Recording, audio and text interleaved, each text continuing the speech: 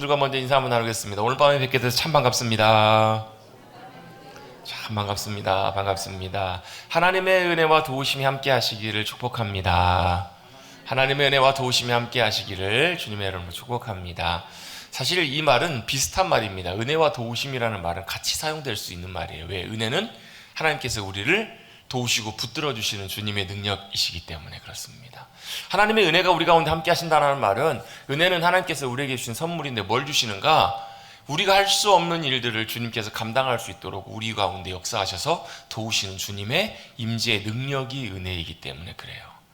자, 차를 타고 가는데 차가 고장났습니다. 차가 고장났는데 차 안에 누가 타고 있냐면, 그 차가 어떻게 고장나도 고칠 수 있는 가장 유능한 정비공, 기능공이 같이 타고 있으면 걱정할 필요가 없습니다. 아이가 걸어가고 있는데 엄마가 같이 가는데, 엄마가 뭐예요? 정말 돈이 많은 부자예요. 그러면 아이는 돈 때문에 걱정할 일이 없습니다. 병원을 가야 되는데 자기 아버지가 우리나라에서 가장 유능하고 유명한 의사 선생님이에요. 그러면 거기에 대해서 더 이상 걱정할 필요가 없습니다. 왜요? 도움의 능력이 함께하고 있기 때문에 그렇습니다. 제자들이 풍랑을 만났을 때 그들이 두려워하고 염려합니다. 근데 거기에 누가 계셨냐면 예수님이 계셨어요. 예수님이 뭐예요? 그들의 문제와 그들의 현실 속에 예수님이 그들의 문제에 답이 되시고 그 문제를 해결하실 수 있는 능력의 주님이 그 배에 타고 계셨다라는 거잖아요. 또 두 번째 사건은, 그들이 풍랑을 만났을 때 예수님 어디 계셨냐면 산에서 기도하고 계셨어요.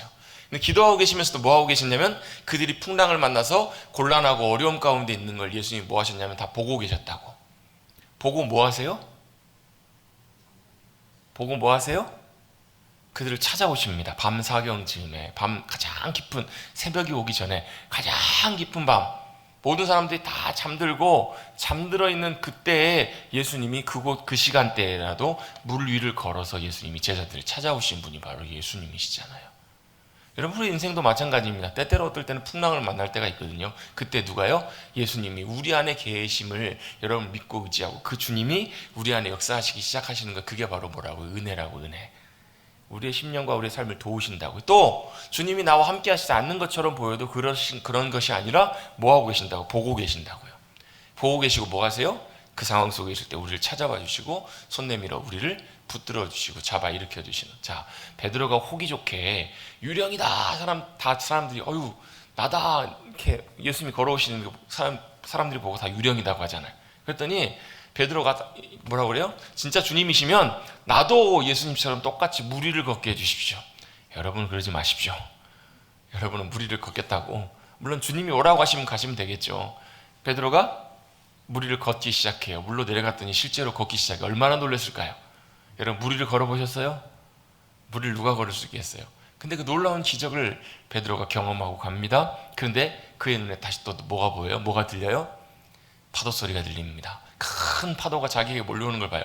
우리도 그렇잖아요. 여러분 바닷가 같은 데서 보면 큰 파도가 몰려올 때 막 자기 키보다 더 큰 파도가 몰려오면 어떤 생각이 들어요? 덮쳐버릴 것 같잖아요.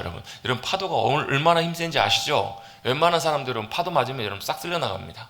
큰 파도 맞으면요, 그냥 아무리 장정이어도 쫙 그 파도에 밀려가지고 쓸려 나간다고요. 얼마나 여러분 베드로가 그걸 보고 두려웠겠냐고요. 뭐 때문에 그래요? 현실과 상황이 두려움을 자기에게 가져다 주는 거예요. 누구 때문에 물 걷기 시작했다가요? 예수님 때문에 물 걷기 시작했다가 마음과 중심과 시선이 어디로? 예수님으로부터 파도와 바람 소리와 풍랑으로 돌아갔더니 어때요? 물로 빠져들어가잖아요. 그때 예수님께서 어떻게 해요? 빠져들어가는 베드로를, 처음에는 물을 걸었는데 바다에 빠져들어가기 시작해. 그러면 어떠시겠어요? 여러분 오오오 하시지 않겠냐고. 여러분 두려워하고 있는 베드로를 향해서 어떻게 해요? 주님이 손으로 붙잡아 주십니다. 다시 거기서 잡아 일으켜 주십니다. 이게 뭐라고요? 이게 은혜라고요. 은혜. 빠져들어가는 수렁에서 빠져있는 우리를 건지시고, 연약하여 할 수 없는 일들을 잡아 일으켜 주시고, 무너져 있고 넘어져 있는 우리를 향해서 잡아 일어나게 하시면서 뒤에서 일어나라고 격려하시고 말씀하시면서 걸어가라, 그리고 일어서라 말씀하시는 분이 바로 누구시라고요? 주님이시고, 그 주님의 은혜가 우리 가운데 함께하는 것, 그게 바로 뭐라고요? 주님의 능력 가운데 살아가는 것, 그게 바로 복이라는 거예요. 여러분 주님의 은혜와 도우심 가운데 살아가시는 사랑하는 성도님들 되시기를 주님 여러분 축복합니다. 어떻게 죽은 야이로의 딸 향해서 달리다 이 굼이라는 말은 물론 아람어지만 히브리어에서 똑같은 쿰이라는 단어가 있거든요. 이렇게 세우다, 세워지다 이런 말이 있거든요. 주님께서는 소녀를 향해서 일어나라 말씀하신 것처럼 우리도 마찬가지 죽음과 같은 또 감당할 수 없는 일들에 우리가 무너져 있을 때 주님은 우리에게 똑같이 말씀하세요. 일어나라. 그게 뭐라고? 그게 은혜라고요. 은혜와 도우심 가운데 이 땅에 살아가시는 사랑하는 성도님들, 저와 여러분 되시기를 다시 한번 주님의 이름으로 축복합니다. 그 은혜와 복을 누리고 살아가는 것이 주님과 함께 살아가는 삶이에요. 주님은 우리가 이 땅에서 혼자 살아가기를 원치 않으세요. 예수님이 이 땅에 왜 오셨다고요? 마태복음 1장에 보면 예수님의 탄생을 천사를 통해서 마리아와 요셉에게 말씀해 주시면서 예수님의 탄생을 딱 두 가지로 설명해 줍니다. 아들을 낳으리니 이름을 예수라 하라. 예수라는 말이 무슨 말이라고요? 예슈아라는 말은 구원자라는 말이에요. 구원자. 예슈아, 호세아, 여호수아, 예수 다 같은 말이에요. 다 같은 뜻. 구원자라는 말이에요. 건진다라는 거예요. 어디서요? 우리를 압제로부터, 고통으로부터, 절망으로부터, 죄와 사망과 저주와 심판의 권세로부터 우리를 건지시는 분이 바로 우리의 구원자시라는 거예요. 여러분 도저히 못 빠져나오시겠다, 도저히 헤매고 너무너무 어렵다, 그럴 때마다 뭘 구하시라고요? 주님의 구원을 구하시라고요. 구원이란 말은 여러분 우리의 영혼의 영적인 구원, 가장 완전한 영원한 생명으로 인도해 주시는 우리의 영혼의 구원의 문제가 가장 중요한 문제이지만 그 문제뿐만 아니라 우리를 어디서부터 건지시는가? 때때로 어떨 때는요, 파도와 풍랑으로부터 우리를 건지세요. 어떤 파도와 풍랑이요? 걱정과 염려와 혼란과 혼동에 빠져 있을 때, 여러분 우리가 걱정하고 염려가 우리를 가득 덮기 시작하면요, 그거 생각밖에 안 나잖아요. 빠져가지고 못 헤어나와요. 여러분 언제까지요? 그 문제 해결될 때까지. 그 문제 해결되고 그 문제가 완전히 없어질 때까지 여러분 그 문제로부터 우리가 못 헤어나온다니까요. 근데 그때 누가요? 주님이 우리를 건지시는 거, 그게 뭐라고요? 구원자 주님이시라는 거예요. 우리를 구원하실 수 있는 분. 여러분 그 당시에 왜 이스라엘 백성들이 예수님 오실 때 그렇게 예수님께 열망했을까? 그들은 어떤 구원을 기대했냐면 로마에 의해서 압제당하고 있었던 그들이 메시아가 와서 우리를 그 압제로부터 우리를 자유케 해주고 구원해 줄 거라는 것을 그들은 기대했기 때문에 그래요. 그런데 예수님은 단순히 로마가 아니라 뭐로부터요? 로마하고는 비교할 수 없는 사망과 죽음과 저주와 심판의 권세로부터 그들을 건져내시잖아요. 어떻게 해요? 하나님의 자녀 삼으심으로, 하나님 나라의 백성 삼으심으로. 그래서 주님 뭐라고 선포하세요? 회개하라, 하나님 나라가 가까이 왔다라고 말씀하시잖아요. 하나님 나라가 뭔데요? 하나님 나라가 뭔데요?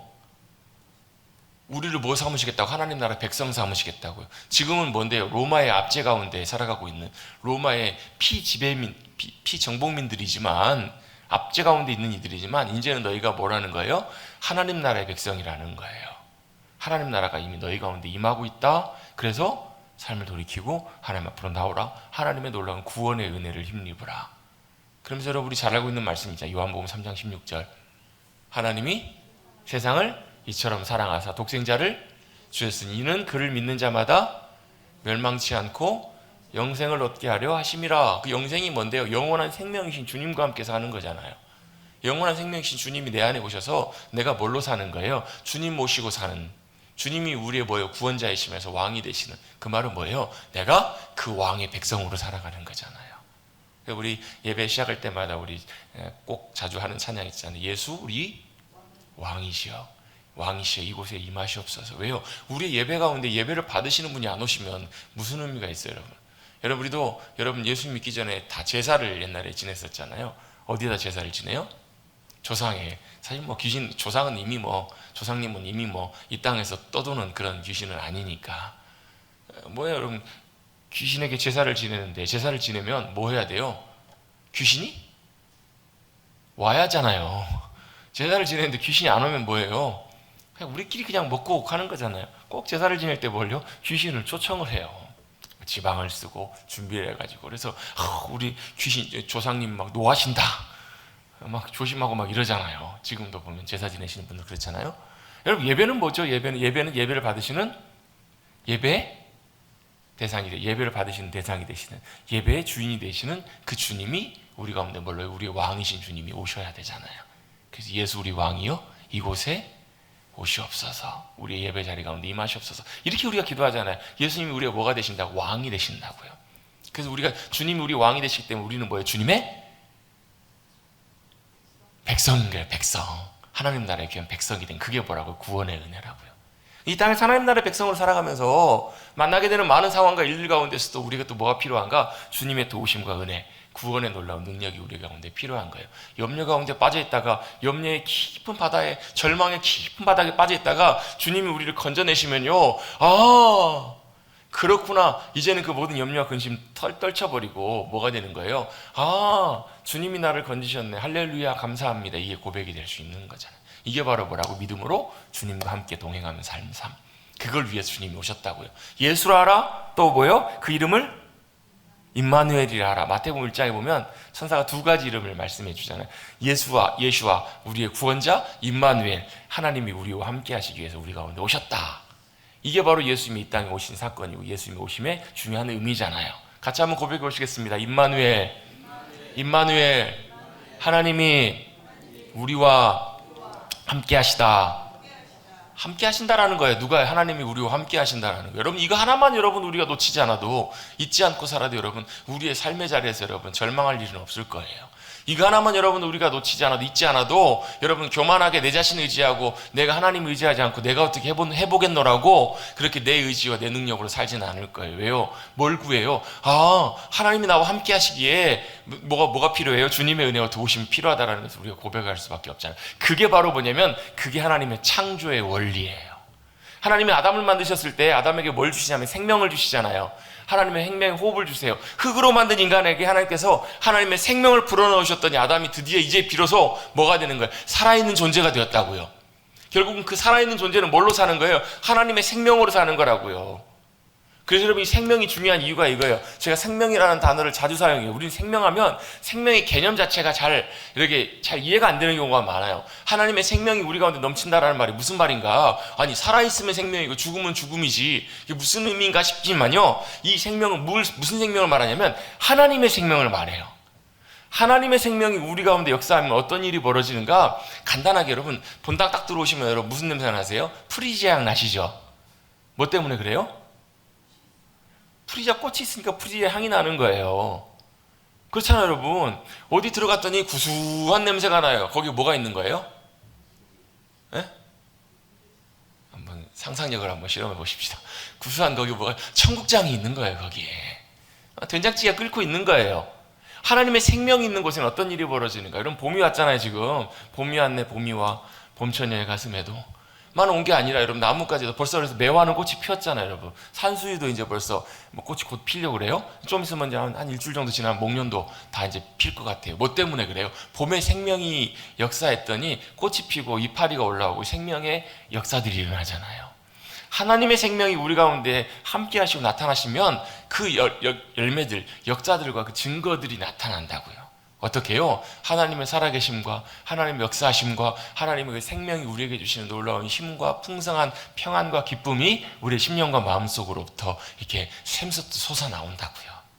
그래서 옛날에 우리 많이 불렀던 찬양 있잖아요. 내게 강 같은 평화, 내게 샘솟는 기쁨, 내게 바다 같은 사랑. 뭐 어쨌든 간에 뭐든지 간에 뭐 샘솟는 기쁨이든 바다 같은 사랑이든 내게 아무튼 뭐든 간에 그 생명이 우리 가운데 충만하게 함께 하시면 넘쳐난다고요. 그걸 위해서 주님이 우리 가운데 오신 것이고, 그게 바로 뭐라고? 그게 원래 하나님이 창조하실 때 원래 인간 아담의 원래 본 모습이었다고요. 아멘? 그걸 위해서 하나님께서 아담을 만드시고 그렇게 만드신 아담을 에덴에다 두셨다고요. 그래서 여러분, 창세기가 중요한 이유가 바로 뭐냐면 원래 우리가 어떤 존재였는지, 원래 하나님께서 왜 천지를 만드셨고 왜 하나님께서 하늘과 땅을 다 만드셨는지, 인간을 왜 만드셨는지 하나님의 창조와 그 목적과 계획과 의도가 창세기에 다 기록되어 있기 때문에 그래요. 그리고 또한 중요한 한 가지가 창세기에 기록이 됐는데, 오늘 우리가 읽은 창세기 3장부터 나오는 내용들이 또 굉장히 중요한 이유가 이거예요. 왜? 하나님이 원래 만드신 하나님의 창조의 사건에 지금 살아가는 우리들이 왜 우리가 이렇게 살아가는지를 그걸 보여주는, 설명해주는 가장 중요한 이유와 원인의 사건이 오늘 등장하기 때문에 그래요. 그러면 우리가 지금 사는 사건, 세상이 참 좋아야 되잖아요. 여러분, 찬송가 478장인가요? 참 아름다워라 주님의 세계는 참 아름다워야 되는데 아름다우세요? 아름답나요? 여러분, 우리 살아가는 세상이 참 아름다우세요? 참 아름다운 분들도 계실 거예요. 하나님의 은혜가 함께 해주시면. 또 사람의 손이 닿지 않는 참 대자연과 이런 모습을 보면 여전히 아름답게 보이죠. 왜? 사람의 손길이 안 닿아 있으니까.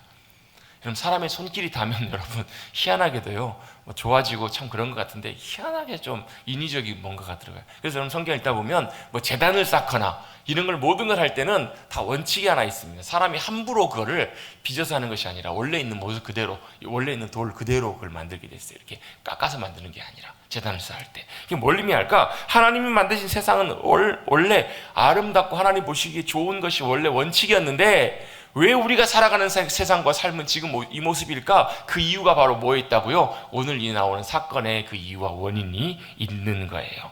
왜 이렇게 되었을까? 바로 그 사건이 뭐냐면 선악과 사건입니다. 왜 우리가 살아가는 삶이 이렇게 어둡고 악하고 팍팍하고 힘들고 왜 우리가 살아가는 삶이 이렇게 혼란스러울까? 그 이유는 바로 오늘 선악과 사건 때문에 이 세상 가운데 뭐가 들어왔는가? 죄가 들어오고요. 하나님의 창조의 질서가 이미 다 무너져 버린 거예요. 그래서 제가 자주 설명드리는 것처럼 이러면 이 죄로 인해서 이 선악과 사건 때문에 결국 어떻게 되어버렸는가? 하나님의 만드신 완전한 창조가 다시 창조 이전의 상태로 돌아가 버린 거예요. 그것과 똑같아요. 다 망가져버린 이 인생, 이 세상, 이 모든 것들이 바로 이 사건 때문에 그렇더라는 거예요. 우리 인간의 상황과 세상을 송두리째 바꿔놓아 버렸던 사건이 바로 창세기 3장의 사건이에요. 도대체 이 선악과 사건이 선악과가 뭐길래 도대체 이 나무 열매 하나 따먹은 거 가지고 도대체 뭐길래 이렇게 이 세상이 막 그렇게 다 뒤집어질 만큼 그런 일이 일어났다고 하는가? 여러분, 이 선악과의 의미를 우리가 정확하게 잘 알아야 뭐가 문제이고 무엇이 해결돼야 되며 어떻게 우리가 해야 될지를 우리가 분명히 알 수 있게 돼요. 여러분, 우리가 보통 이제 신앙생활을 하게 되면 복음에 대해서 설명을 해요. 복음에 대해 설명하면서 우리가 예수님을 믿어야 되는 이유, 예수님 우리에게 복음이 되시는 이유를 우리에게 쭉 설명을 해줍니다. 다 중요합니다. 다 중요하고 우리가 꼭 알아야 되는 굉장히 중요한 진리이고 사실인데요. 사실 왜 우리가 예수님을 믿어야 되는지, 예수님을 믿는 복음의 의미가 무엇인지를 정확하게 알려면 우리의 본성과 우리의 삶의 모습을 알려면 어디로 와야 되냐면 창세기로 돌아와야 돼요. 이 원래 뭐가 원본이고 어디서 빗나갔고 뭐가 문제인지를 정확하게 알고 있어야 우리가 예수 믿고 어디로 돌아가야 되는지 어디로 회복돼야 되는지 그걸 정확히 안다고요. 아니 뭔가 망가졌어요. 뭔가 엉망이 됐어요. 그럼 고쳐야 되잖아요. 원래 그대로 다시 그 모습 그대로 돌아가도록 해야 되는데 아니 원래 모습을 잊어버린 거야. 저도 종종 한 번씩 이제 뭘 고장나면 이렇게 뜯어서 고치는데요. 요즘 옛날에는 안 그랬는데 요즘은 자꾸 그런 실수를 해요. 이 나사를 어디서 뺐는지 잊어버려요. 나사를 빼놓고 나사를 어디서 뺐는지 잊어버리고 다시 이제 다 수리를 하고 다시 조립을 하는데 다 됐다 했는데 나사가 남아요. 뭐예요? 어딘가 빠뜨린 거예요 지금. 원래 그대로 하지 않고 빠뜨려 버리는 거예요. 잊어버리는 거예요. 그래서 저는 꼭 안 잊어버리려고 뭘 하냐면 중간중간에도 꼭 사진을 찍어놔요. 원래 이렇게 돼 있다. 원래 이 모습 그대로 다시 돌아가야 된다. 여러분 이걸 알아야 여러분 원래 모습 그대로 다시 돌아가잖아요. 저는 사실 어렸을 때부터 사실 그랬어요. 어렸을 때도 막 호기심이 많아가지고 라디오 막 이런 거 뜯어보고 막 그랬거든요. 문제가 하나 있어요. 뜯는 것까지는 좋은데 조립하고 나면 라디오가 안 나와요. 왜 그랬을까요? 원래 그 모습 그대로 다시 작동하도록 해야 되는데 원래 그 모습대로 잘 안 되니까 뭐가 회복이 돌아가지가 않는 거예요, 여러분이. 여러분 사실 고친다라는 말은 뭐예요? 원래 작동되는 대로 그대로 돌아가는 것인데 여러분 예수님 이 땅에 오신 중요한 목적이 뭐예요? 우리를 다시 고치시고 회복시키시려고 어느 모습대로 이 선악과 이전에 원래 하나님이 만드신 하나님의 형상대로 지음받은 아담과 하와의 모습으로 되돌리시기 위해서 예수님이 오셨는데 그걸 알려면 뭘 알아야 된다고? 원래 우리의 모습, 원래 우리의 형태와 하나님의 목적과 의도대로 지음받은 우리 인간의 본질, 본성을 우리가 알 필요가 있다는 거예요. 자, 오늘 3장 말씀을 통해서 도대체 뭐가 문제였는지를 한번 우리 살펴보도록 하겠습니다. 3장 첫 시작에 보면 어떤 내용이 나오는가? 에덴에 거하고 있었던 우리 2장 내용, 우리 지난 시간까지 보면 하나님께서 아담과 하와를 만드시고 어디에 두셨어요? 에덴에 두셨어요. 에덴을 만드셨어요. 동방에. 동방이라는 말은 태초 이전에라는 뜻이라고요. 태초 이전부터 하나님께서는 뭘 꿈꾸고 계셨는가, 뭘 갖고 계셨는가? 에덴을 하나님께서 계획하고 마음에 품고 계셨다고요. 유대인들은 히브리어의 시제가 두 가지가 나오거든요. 우리는 보통 시제하면 과거, 현재, 미래가 나와요. 영어는 좀 더 복잡해요. 뭐 현재 완료가 있고, 과거 완료가 있고요. 뭐 현재 진행이 있고, 뭐 여러 가지 시제들이 굉장히 복잡해요. 이 시제를 아는 것이 그 언어를 아는데 굉장히 중요한데요. 히브리어에는 대표적인 시제가 두 가지 시제가 있어요. 뭐가 있냐면 완료형과 미완료형이 있어요. 두 가지. 완료형, 미완료형. 무슨 차이일까요? 완료형은 완료된 거. 미완료형은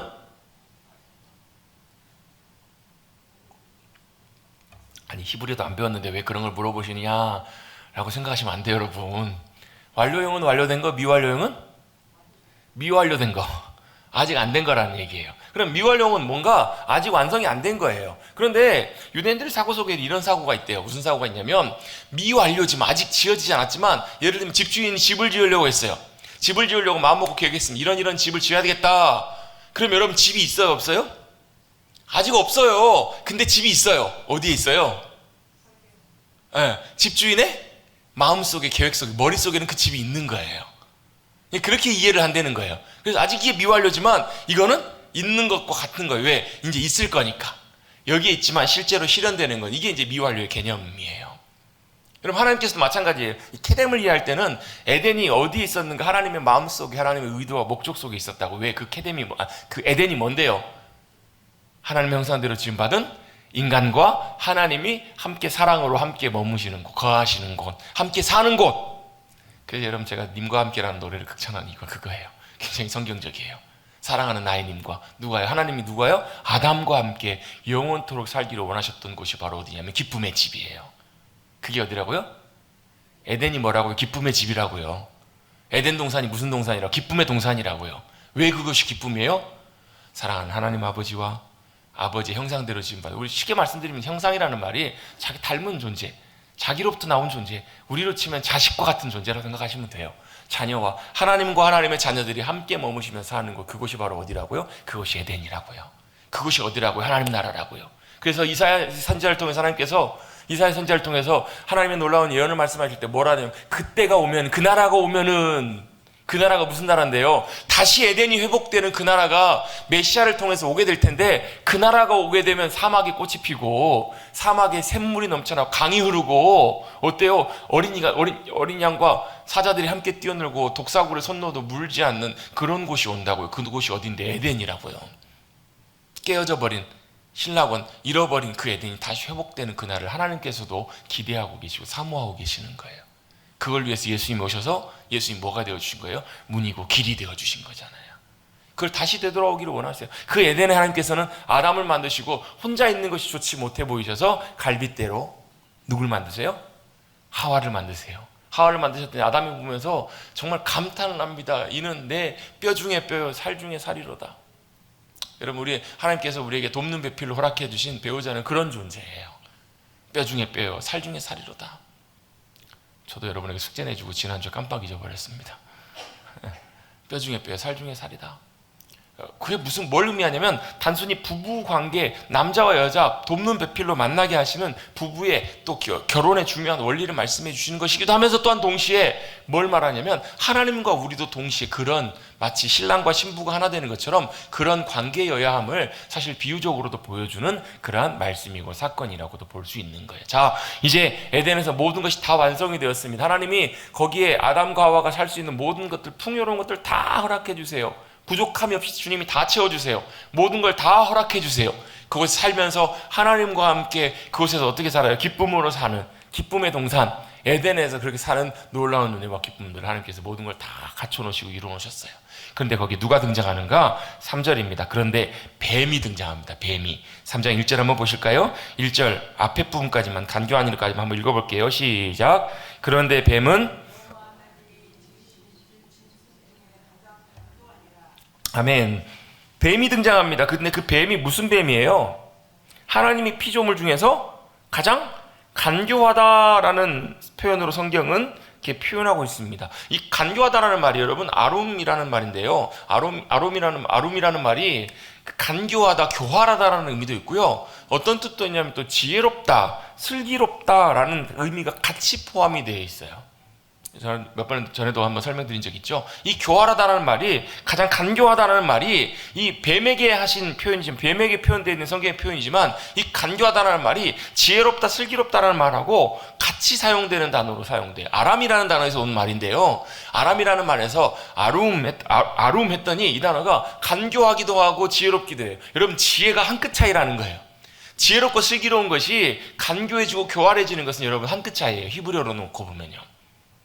어떻게 차이가 있을까? 지혜로운 것은요, 슬기로운 것은 뭐냐면, 우리 잠언의 표현대로 지혜는 뭐예요? 하나님을 경외하며 하나님이 기뻐하신 뜻을 따라서 그 지혜가 활용되고 열매 맺고 결과가 나타나면 그건 뭐예요? 지혜롭고 슬기로운 거예요.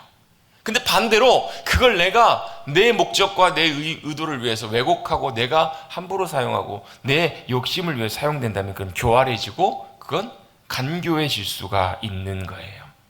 어떻게 사용되느냐, 어떤 목적으로 쓰이느냐에 따라서 그 지혜가 달라질 수 있는 거예요.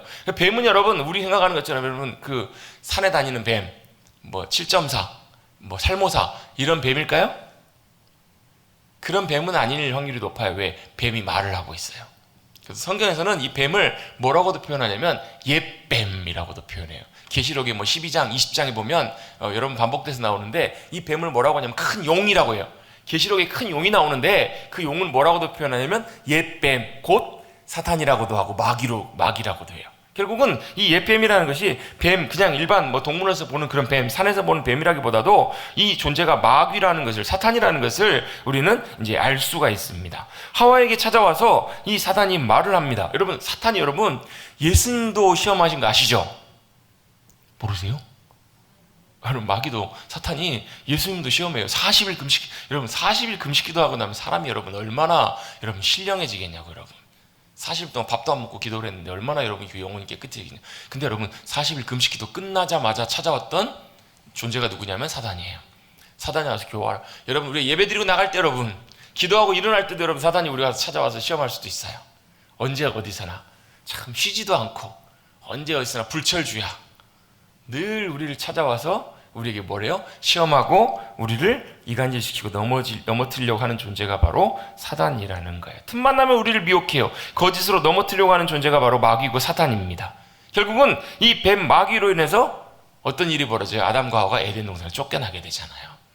왜 그런 일들이 일어나게 됐을까? 자, 여기 보시면 지난 2장 우리 있잖아요. 우리 지난주 살펴봤던 2장 맨 뒷부분에 보시면 25절에 보면 아담과 그의 아내 두 사람이 벌거벗었으나 부끄러워하지 아니하니라 나와 있습니다. 아까 제가 그 간교하다라는 말이 아룸이라는 말이라고 말씀을 드렸는데요. 이 아룸이라는 단어가 원래 아람이라는 원어, 그러니까 원래 그 어근이 뭐냐면 아람이라는 단어인데 아람이라는 단어가 아룸이라고 해서 간교하다, 교활하다, 지혜롭다, 슬기롭다 이렇게 쓰인다 그랬어요. 그런데 여러분 2장 25절에 보면 무슨 표현이 나오냐면 두 사람이 벌거벗었으나 부끄러워하지 아니하다. 벌거벗었으면 뭐 해야 돼? 원래는 부끄러워해야 될 것 같은데 부끄러움이 없는 그런 상태예요. 왜?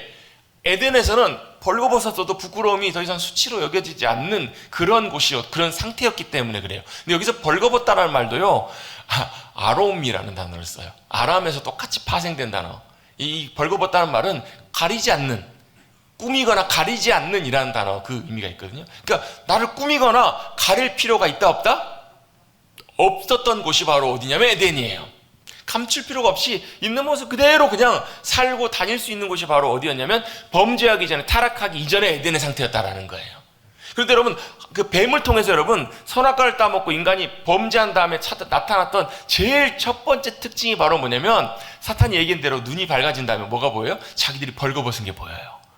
자, 여러분 선악과를 따먹기 전과 후에 여러분 그들의 상태가 여러분 같았을까요? 달랐을까요? 똑같았어요. 둘 다 벌거벗고 있었어요. 따먹기 전에도 벌거벗고 있었고요. 따먹은 후에도 벌거벗고 있었는데 따먹고 나니까 뭐가 보이냐면 자기들이 벌거벗은 모습이 보이는 거예요.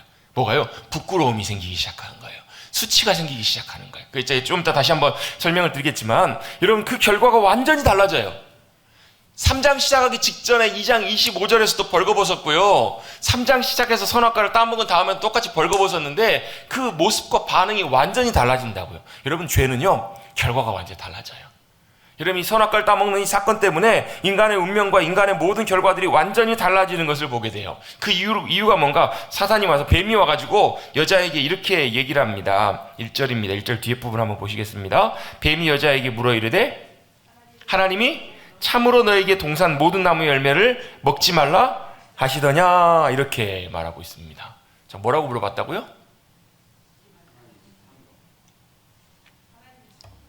자, 하나님은 뭐라고 말씀하셨는지 한번 보십시다. 우리 2장 한번 보실게요. 2장 17절 그 16절에 보시면 16절 앞에 보시면 동산 각종 나무 열매는 내가 임의로 먹되 네 마음대로 먹으라는 거예요. 근데 17절은 선악을 알게 하는 나무의 열매는 먹지 말라 내가 먹는 날에는 반드시 죽으리라 말씀하십니다. 자, 뭐라고 말씀하시죠? 선악과 먹지 말라는 거예요. 먹으면 죽는다. 이렇게만 딱 말씀하세요. 근데 사탄은 뭐라고 하와에게 물어봐요? 참으로 너희에게 동산 모든 나무의 열매를 먹지 말라 하시더냐? 이렇게 물어봐요. 왜 이렇게 물어봤을까요? 사탄은 항상 우리의 빈틈을 노리는 존재들입니다. 하나님의 말씀을 어떻게 해요? 자꾸 헷갈리게 만들고 꼬게 만드는 존재가 사탄이에요. 자꾸 하나님의 말씀을 비틀어요. 왜곡시켜요. 사실 이 말씀 간단하게 생각하면 원래 이렇게 물어봐야 맞아요. 하나님이 선악과를 따먹지 말라고 하시더냐? 이렇게 물어봐야 정상이에요. 그럼 뭐라고 대답하겠어요? 사회는? Yes? 이러면 돼요. 하나님께서 먹지 말라고 하셔서 이렇게 대답하면 되는데 이 문제를 기가 막히게 교묘하게 꼰다고요. 왜 이렇게 물어봤을까? 사단은 이미 벌써 하와의 마음 중심 가운데 있는 그 빈틈을 지금 집요하게 공략하고 있는 거예요. 하와의 마음속에 아마 그런 마음들이 있었던 것 같아요. 다 모든 나무는 다 먹지만 왜 저 나무만 먹지 말라고 하셨을까? 지금 나무 열매를 먹으면 진짜 죽을까? 아마 이런 마음과 생각들이 있었을 것 같아요. 있었기 때문에 하와의 마음을 떠보기 위해서 사탄은 이렇게 질문을 하는 거예요. 여러분, 사탄은요 거의 대부분 보면 전공법을 쓰는 경우가 별로 없어요. 거의 대부분 보면 살짝 왜곡시키거나 살짝 틀거나 그래요. 그래서 여러분, 우리 믿음으로 살아갈 때도요 참 주의해야 될 것 중에 하나가 그거예요. 사람 말은 여러분 아다르고 어다릅니다. 여러분, 이렇게 이 말 먼저 하고 이 말 나중에 하는 거하고요, 요 말 나중에 하고 먼저 말 순서만 바꿔도 뉘앙스가 달라지는 경우들이 있어요. 그 상황과 사실에 대해서 사탄은 이걸 기가 막히게 이용을 해요. 그 상황에서 예를 들면 성도들 간에도 여러분 이 말하고 이 말하는데요, 사탄이 기가 막히게 그 사이에 끼어들어가지고 요 말을 살짝 표정 하나 바꾸게 만들고요, 요 하나 잠깐 뉘앙스, 강조, 목소리 톤 하나 바꾸게 만들어가지고 사람 오해하게 만들고 이것 때문에 문제를 만드는 것들도 굉장히 많아요. 누가 역사한다고 사탄이 역사하는 경우 굉장히 많아요. 우리도 분명하게 의도와 말과 생각과 감정들을 정확하게 잘 표현할 필요도 있지만 또한 동시에 잘 분별할 필요가 있다고요. 그걸 성경에서 뭐라고 하는가 같이 한번 표현해 보겠습니다. 성경에서 그걸 뭐라고 하냐? 명철이 뭐예요? 사람 이름이에요? 명철아. 명철이 뭐예요? 분별력이에요. 분별력. 잘 분별하는 것이 참 중요해요. 여러분 지혜의 다른 모습 중에 하나가 뭐냐면, 지혜의 다른 열매 중에 하나가 뭐냐면 명철이에요. 분별력이에요. 분별력이 있어야 지혜롭게 갈 수 있거든요. 여러분, 하나님께서 저와 여러분에게 영적인 명철 분별력을 주시기를 주님 여러분 축복합니다. 이걸 잘 봐야 되는데 지금 사탄은 이 하와에게 이걸 지금 교묘하게 지금 넘나들면서 하와의 마음을 흔들고 있는 거예요. 여자가 뭐라고 얘기하냐면, 동산나무 열매를 우리가 먹을 수 있으나, 여기까지는 맞아요. 근데 3절에 보시면 동산 중앙에 있는 나무 열매는 하나님의 말씀에 너희가 먹지도 말고 만지지도 말라 너희가 죽을까 하노라 하셨느니라. 이미 하나님의 말씀이 벌써 어떻게 돼요? 벌써 변해가고 있잖아요. 하나님의 말씀이 어때요? 하나님의 말씀하심을 하와가 옮길 때는 벌써 이게 말씀이 정확하지가 않아요. 변해가기 시작해. 죽을까 하노라 하기 시작하고요. 뭐라고요? 하나님은 먹지도 말라 만지지도 말라 이런 말씀하신 적이 없잖아요. 여러분, 하나님의 말씀은 하나님의 말씀 있는 그대로 우리가 잘 듣고 잘 깨닫고 잘 듣고 새기고 순종해야 될 줄로 믿습니다. 하나님의 말씀을 내가 듣기 시작하면, 여러분 제가 자주 이렇게 웃기지도 않지만 하는 말 있잖아요. 가치가 천여 야쿠르트로 줘. 선풍기 야쿠르트로 줘를 잘못 들으면 야쿠르트 줘 이렇게 들리거든요. 갈치가 1,000원이 여러분 가치가 1,000원으로 들릴 수 있거든요. 저희 아이들에게 좀 그렇지만, 아이들 굉장히 싫어하지만 저희 아이들이 좀 잘 못 들어요. 그래가지고 제가 전에 지나가다 유치원 행사 중으로 보고 듣기도 하고요. 뭔 말을 하면 또 이상하게 잘 못 들어요. 무슨 라디오 프로그램을 듣는데, 세상을 깨우는 라디오를 듣는데 새끼라라고 약속을 하는 이렇게 약자로 이렇게 하더라고. 새끼라. 그걸 뭐라고 하냐면 새끼란이라고 들어요. 아무튼 그래요. 제대로 잘 듣는 게 참 중요해요. 잘 듣고 잘 그대로 옮기는 것이 참 중요한데, 하와는 어때요? 이미 하나님의 말씀을 자기 임의대로, 자기가 들은 대로 먹지도 말고 만지지도 말라 죽을까 하노라 이렇게 살짝 바뀌고 있는 것을 보게 돼요. 여러분, 하나님의 말씀은 제대로 들어야 돼요. 하나님의 말씀 있는 그대로, 하나님의 말씀은 하나님의 의도하신 그대로 우리가 잘 깨닫고 듣고 그대로 옮기고 순종하는 것들이 참 중요하잖아요. 근데 하와의 마음속에는 이미 벌써 균열이 생기기 시작을 한 거예요.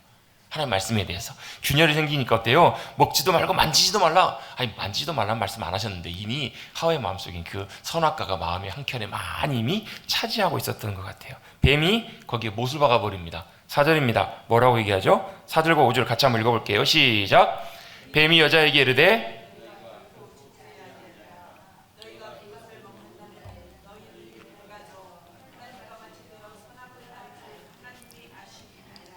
아멘. 선악과를 먹으면, 뱀이 여자에게, 하와에게 뭐라고 설명해 주냐면, 선악과를 먹으면 결코 안 죽는데요. 그리고 오히려 먹으면 너희 눈이 밝아져서 하나님과 같이 되어 선악을 알 줄 하나님이 아셔서 그렇게 얘기하신 거다라고 사탄이 얘기합니다. 사탄이 하는 말이 여러분 하나도 틀린 게 있어요, 없어요? 있어요, 없어요? 틀려요? 이 사탄의 말이 맞아요, 틀려요? 자, OX 한번 해보십시다. 맞다. 사탄의 말이 맞다, 틀리다. 이것도 아니고 저것도 아니다. 여러분, 사탄의 말이 지금 이 상황 놓고 하와 입장에서 보면 맞게 들려요. 여러분, 그 사탄의 말, 세상의 말의 특징은 뭐냐면요, 들으면 그럴싸해요. 그리고 들으면 맞는 것 같이 보여요. 들으면 그 말이 맞구나라고 이렇게 들려진다고요. 왜? 우리의 상황과 현실을 딱 놓고 보면 하나님 말씀보다 뭐가 더 맞게 들리냐면 세상의 말이, 사탄의 말이 더 맞게 들려요. 맞게 보인다고요. 이게 여러분 굉장히 중요해요. 여러분, 12명의 정탐꾼이 여러분 가나안 땅에 들어가서 정탐을 하고 옵니다. 그들이 와가지고 40일 동안 그 땅을 자세하게 다 살펴보고 증거물까지 가지고 와요. 막 포도를 막 등에다가 두 사람이 메고 와요.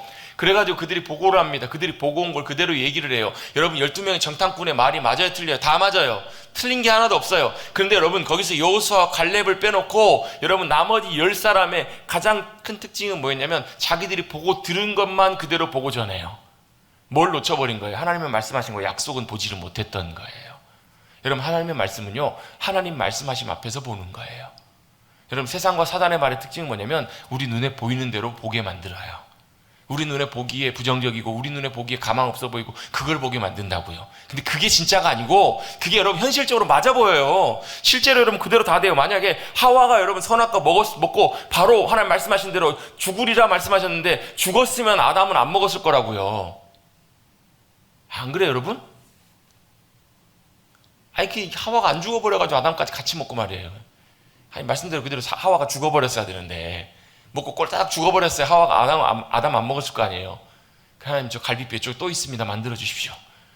이랬을지 몰라요, 여러분. 이랬겠죠, 여러분. 근데 하와가 먹었는데 안 죽으니까 아담에게도 줬겠죠. 아담에게도 똑같이 줍니다. 사단의 말이 맞아요, 하와가 볼 때는. 그리고 어떻게 돼요? 그 말 그대로 눈이 밝아져요. 하나님처럼 되었어요. 뭐가요? 하나님처럼 된 게 아니라 내가 하나님 되어버린 거예요. 여러분, 선악과 자꾸 얘기하는 이유가 뭐냐면 선악과가 왜 가장 중요한, 여러분 우리 인간의 타락이 가장 중요한 문제냐면 하나님이 계셔야 되는 자리에 내가 서 있는, 그게 선악과의 본질이기 때문에 그래요. 자, 창세기 1장 2장의 중심은, 핵심 주제는 뭐냐면 천지창조입니다. 창조입니다. 창조의 가장 중요한 건 뭐냐면 하나님이 말씀하신 대로 그대로 세상이 만들어진 거예요. 그게 뭐라고요? 그게 하나님 보시기에 좋았더라 해요. 하나님 보시기에 좋은 걸 하나님께서 다 만드신 거예요. 창세기 1장과 2장까지는요 다 뭐 역사냐면 하나님이 보시기에 좋은 대로 모든 것들이 다 그대로 된 거예요. 하나님이 좋으신 것. 근데 그걸 이제는 창세기 3장부터는 뭐가 하겠다라는 거예요? 내가 좋은 것대로 바꾸겠다라는 것. 그게 바로 뭐냐면 선악과 사건의 가장 중요한 핵심이기 때문에 그래요. 왜 하나님이 그걸 먹지 말라고 하셨을까? 선악과라는 게 뭐냐면 선악과를 따먹는다는 얘기는 하나님의 선하심이 아니라 이제는 내가 보기에 좋은 것, 내가 선한 것, 내가 좋은 것들로 살겠다라고 하는 것이 바로 뭐냐면 선악과를 따먹는 일이기 때문에 그래요. 여러분, 선과 악은 하나님만이 구분하셔야 되고 하나님이 좋으신 것이 좋은 거여야 돼요. 그게 천지창조예요. 그런데 이제는 누가요? 내가 하나님이 만드신 창조 세계 가운데 하나님이 우리에게 주신 생명 가지고 누가요? 내가 내 인생의 주인 되어 살겠다고, 내가 세상의 주인으로, 내가 세상의 신으로, 하나님으로, 내가 세상의 중심으로 살겠노라고 그렇게 다짐하고 결정한 사건이 바로 뭐냐면 선악과 사건이기 때문에 그래요. 이게 여러분, 그래서 여러분 죄고요. 이게 여러분 인간의 타락의 시작이고 본질이 바로 이 문제라는 거예요. 그래서 여러분, 우리가 예수 그리스도를 나의 구주로 믿는다라는 것은 다시 어디로 돌아가는 거냐면 이걸 다시 되돌려 놓는 거예요. 내가 내 인생의 주인이었다가, 내가 내 인생의 하나님이었다가 이제는 하나님이 내 인생의 하나님이 되시고 하나님이 내 인생의 주님이 되시는 그 자리로 되돌리겠다고 결단하는 것이 바로 믿음의 사건이에요. 그게 바로 믿음이라고요. 그게 뭐예요? 우리 잘 아는 표현으로 하나님 중심적인 삶이에요. 여러분, 하나님 중심적인 삶으로 우리가 회복되어져 가야 뭐가요? 우리의 삶에 하나님의 놀라운 역사하심과 하나님의 놀라운 다스리심과 하나님의 질서와 놀라운 일들이 가능해지기 때문에 그래요. 여러분, 이 자리로 인정하고 돌이켜져야 뭐가 가능해지냐면 하나님이 오르세요. 하나님이 좋다고 하시는 것이 좋으시고 하나님이 아니라고 하시는 것은 아니에요. 하나님이 선하다고 하시는 것이 선한 것이고 하나님이 악하다고 하시는 것이 악한 거예요 라고 인정할 수 있게 되는 거예요. 여러분 이거 전에는 대부분 다 어떻게 살아요? 내가 여러분 그런 거 있잖아요. 그런 법이 어디 있어? 그런 법이 어디 있어? 여러분 왜 화가 나세요, 여러분? 여러분 왜 화가 나시고 왜 분노하세요? 뭐 때문에 그러세요? 내 뜻대로 안 되니까. 내가 옳다고 하는 것이 이건데 아니기 때문에 여러분 화가 나고 분노하잖아요. 그렇잖아요. 근데 그 자리에 뭐가요? 내가 나 때문에 화가 나는 것이 아니라 누가요? 하나님이 내 마음의 중심 가운데 내 삶과 사건 가운데 오셔서 그 일 가운데 하나님이 옳다고 하시는 것이 옳으십니다 라고 인정하는 그 자리가 바로 그 선악과 앞에 서는 거예요. 여러분 선악과를 따먹는 것이 아니라 선악과 앞에 서서 우리는 이렇게 고백하는 거거든요. 하나님이 옳으십니다. 하나님이 옳습니다. 하나님이 중심이십니다. 하나님이 기준이십니다. 하나님이 옳다고 하시는 것이 옳고 하나님이 아니라고 하는 것이 아닙니다 라고 고백하는 그 자리가 바로 하나님 중심적인 삶으로 회복되어가는 선악과 앞에서 선악과를 따먹지 않는 진짜 하나님이 원하시는 믿음의 삶이고, 그 삶이 회복되기 시작해야 다시 어떻게 해요? 하나님이 함께 하시는 에덴에서의 삶으로 놀랍게 회복되는 역사가 우리 삶 가운데 일어난다는 거예요. 같이 한번 고백해 보시겠습니다. 하나님이 옳으십니다. 하나님의 선함이 진짜 선한 것입니다. 그러면 여러분 우리가 이걸 쉽게 이렇게 적용해 볼 수 있어요. 우리의 삶에서 우리가 옳다라고 생각하는 거 그거 진짜 옳은 거 아닌가? 어떻게 알아요? 하나님 앞에서 확인해 봐야 돼요.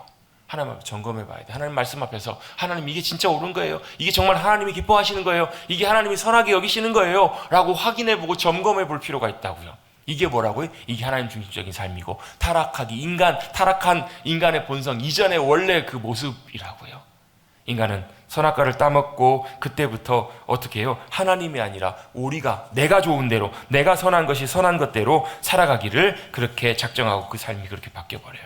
자, 눈이 밝아집니다. 눈이 밝아졌더니요 뭐가요? 자, 그 이전에 먼저 그 사탄의 말을 들었더니, 사탄의 말을 들으니까 우리는 어떻게 해요? 에이 사탄아 물러가라 이렇게 해야 되잖아요. 근데 사탄의 말을 들으면요 그럴싸해요.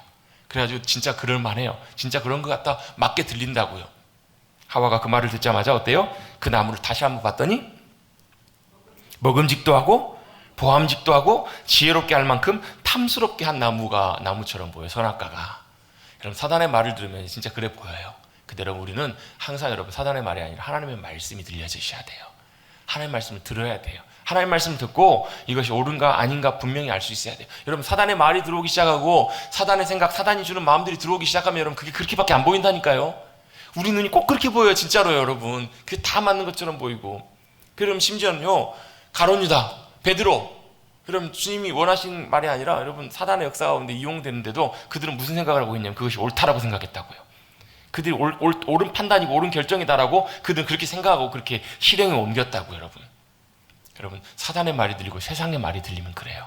여러분 하나님의 말씀이 우리의 심령 가운데 잘 들려지고 깨달아질 수 있게 되기를 주님의 이름으로 축복합니다.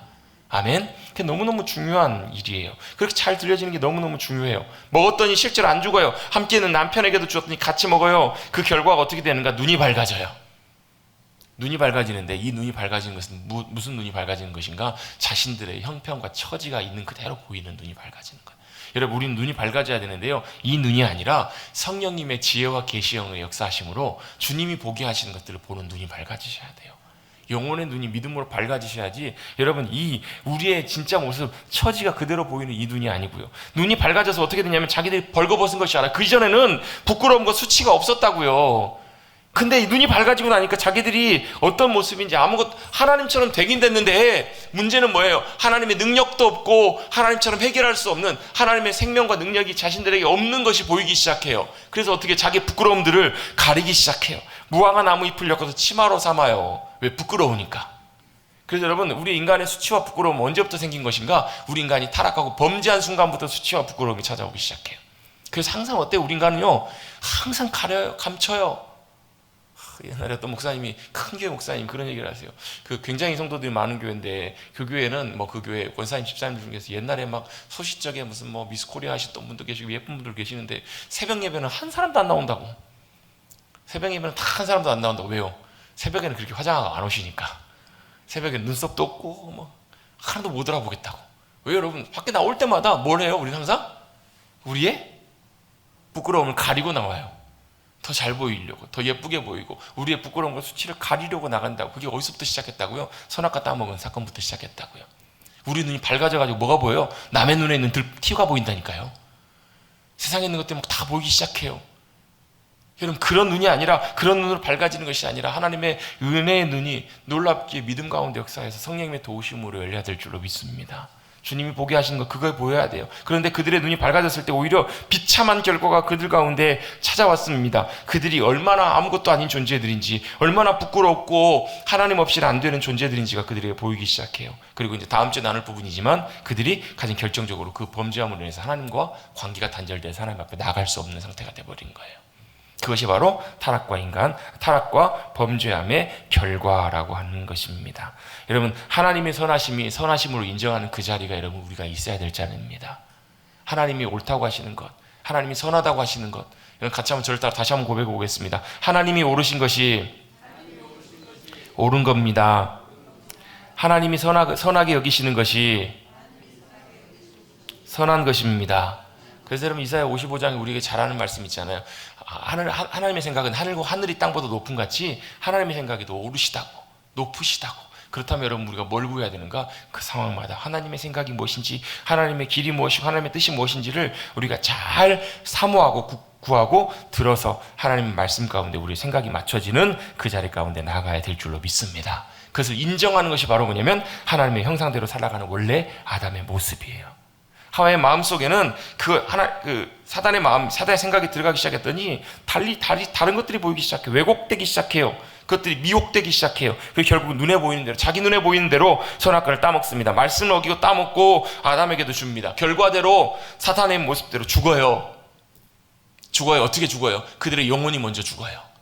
하나님과 관계가 끊어지면서 그들의 영혼 가운데 하나님의 생명이 끊어져요. 하나님 앞에 나갈 수 없게 돼요. 그리고 어떻게 돼요? 관계가 죽어요. 여러분, 사람의 영이 죽고요. 그 다음에 뭐가 죽냐면 사람과의 관계, 신뢰관계가 깨어집니다. 혼이 죽어요. 사랑의 관계가 아니라 이제 불신의 관계가 돼요. 다음 주에 나오는 내용이지만 하나님께서 아담에게 하나님께서 책망하셨더니 누구 핑계를 대요? 하와 핑계를 대요. 하와가 무슨 생각이 들었을까요? 남편이라는 거 절대 믿을 만한 놈도 못 되네. 못 믿을 놈이네. 이런 마음 들었을까요? 아마 들었을 거예요. 관계가 깨어져 버리니까. 여러분, 모든 것들이 다 여기서부터 시작해서 모든 것들이 다 끊어지기 시작합니다. 죽음이 옵니다. 우리 인생 가운데 결국 육신도 죽는 죽음의 자리까지 나아가는 것을 보게 됩니다. 여러분, 하나님의 말씀이 옳으십니다. 하나님 말씀대로 그대로 됩니다. 여러분, 하나님의 말씀을 있는 그대로 성령님 주시는 감동대로 잘 듣고 깨닫고 믿음으로 말미암아 여러분 선악과를 따먹는 그 자리가 아니라 선악과 앞에 서서 하나님이 우리의 삶의 중심이 되심을, 하나님이 오르심을 믿음으로 고백하며 나가시는 사랑하는 성도님들 되시기를, 우리 모두가 되시기를 다시 한번 주님의 이름으로 축복합니다.